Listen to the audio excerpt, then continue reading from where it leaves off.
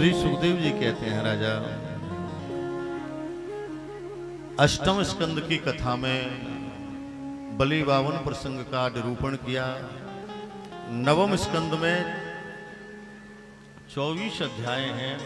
12 अध्यायों में सूर्यवंश का निरूपण किया है और 12 अध्यायों में चंद्रवंश की कथा का निरूपण गाया है। सुखदेव जी कहते हैं राजा, सूर्यवंश इतना बड़ा है, न शक्यते वर्षसतुम न शक्यते विस्तरतो वक्तुम वर्षसतैरपि।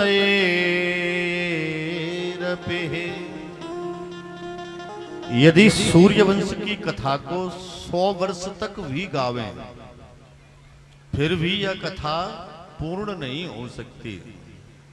राजा, इस सूर्यवंश में जो प्रधान प्रधान कथाएं हैं हम आपको वह श्रवण कराते हैं। बड़े बड़े महान प्रतापी राजा वशिष्ठ आदि से सरियाती मानव ऋषि आदि बड़े बड़े महापुरुष सूर्यवंश में प्रकट भये। महाराज, परम भागवत श्री नाभाग का जन्म सूर्यवंश में हुआ, जो भगवान के बड़े परम भागवत भक्त थे। महाराज, भगवान की अनंत आराधना, उपासना, पूजा।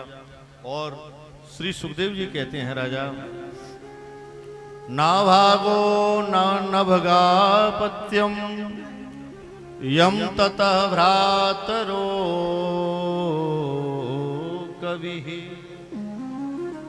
महाराज, राजा नभग के नाभाग हुए और नाभाग के यहाँ परम भागवत महाराज श्री अम्बरीश जी महाराज का जन्म हुआ है। सुखदेव जी कहते हैं राजा, अम्बरीश जी परम भागवत थे। इनके जीवन में केवल भगवत आराधना, भगवत सेवा, भगवत उपासना, छत्रपति सम्राट होते हुए भी भगवान की सेवा करना, भगवान की आराधना करना और भगवत इच्छा से प्रत्येक एकादशी का व्रत करना।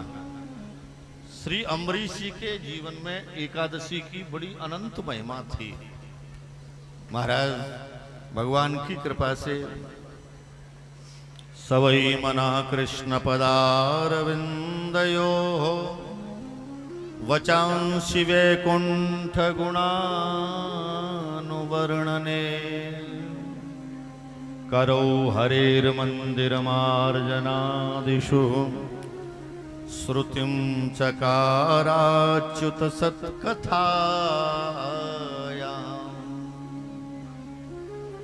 हाथों से भगवान की सेवा करना, कानों से भगवान की कथा को श्रवण करना, चरणों से भगवान की प्रदक्षिणा परिक्रमा देना।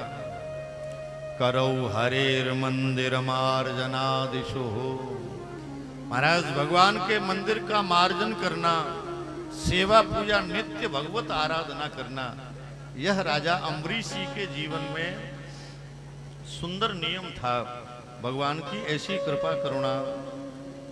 एकादशी की बड़ी महिमा थी इनके जीवन में। महाराज, जीवन में कोई व्रत नहीं करते, केवल एकादशी का ही व्रत अम्बरीश जी महाराज करते थे। एकादशी के व्रत के प्रभाव से प्रसन्न होकर के भगवान श्री नारायण ने अम्बरीश जी की रक्षा के लिए अपने सुदर्शन को प्रदान कर दिया।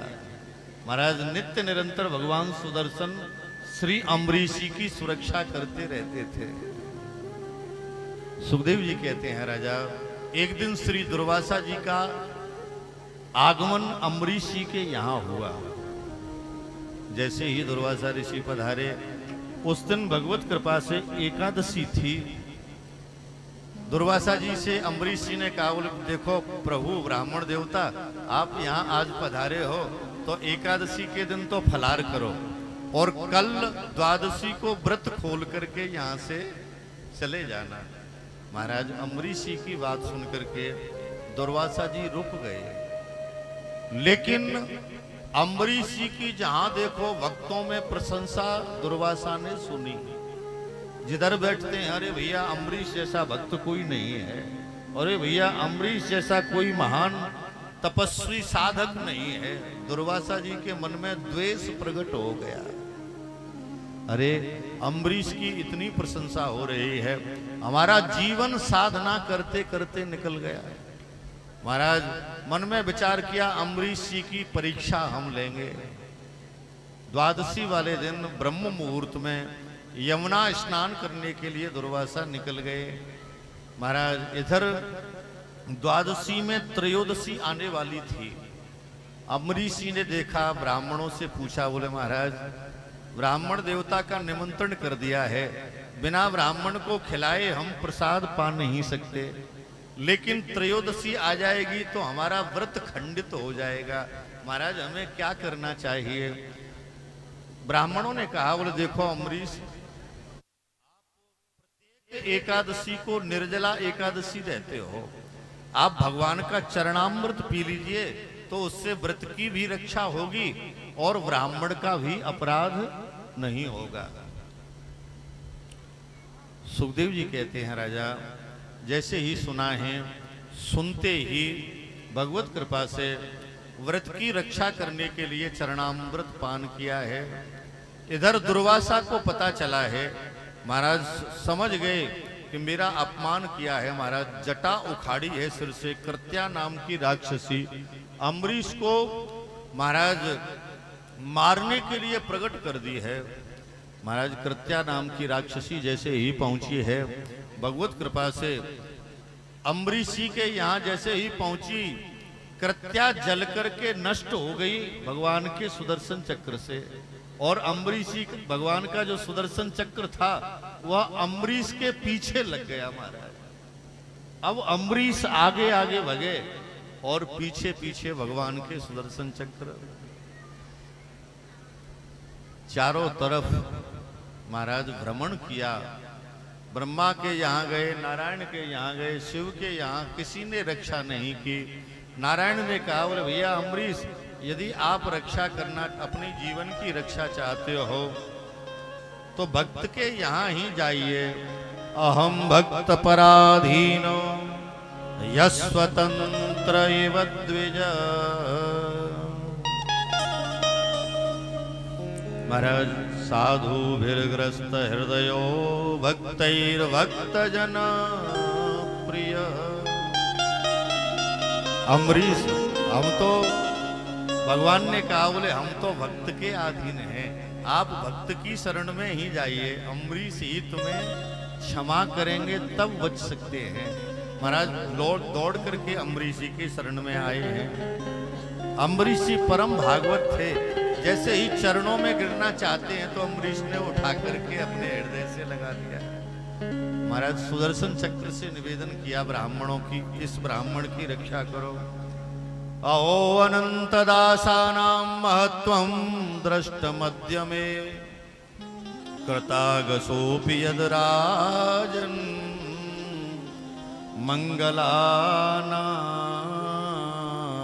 मंगलानि शमायते। महाराज जैसे ही कहा है, बोले अहो देखो तो सही, आज मैंने ब्राह्मणों के भक्त की रक्षा, भगवान के भक्तों की कृपा देखी है। महाराज एकादशी के प्रभाव से श्री राजा अम्बरीश जी परम भागवत बन गए। जीवन में एकादशी का व्रत अवश्य करना चाहिए। महाराज यहाँ ये भागवत जी की जो कथा हो रही है, इसमें एकादशी का उद्यापन भी है। महाराज एकादशी का उद्यापन रामचरितमानस या श्रीमद् भागवत भगवान की कथा में यदि करता है कोई, तो भगवान की कृपा से उसे संपूर्ण तीर्थों में अवगाहन उद्यापन करने का फल प्राप्त होता है। भागवत भगवान नारायण हैं और एकादशी नारायण की प्रिया है।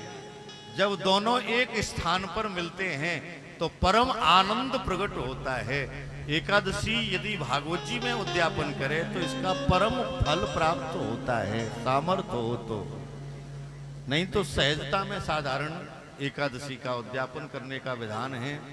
श्री वृंदावन बिहारी लाल की। इक्ष्वाकु वंश का वर्णन किया है। महाराज आगे चल करके राजा त्रसंकु के वंश का वर्णन किया है। राजा सगर के 60,000 पुत्र कपिल ऋषि के नेत्रों से जल करके भस्म हो गए।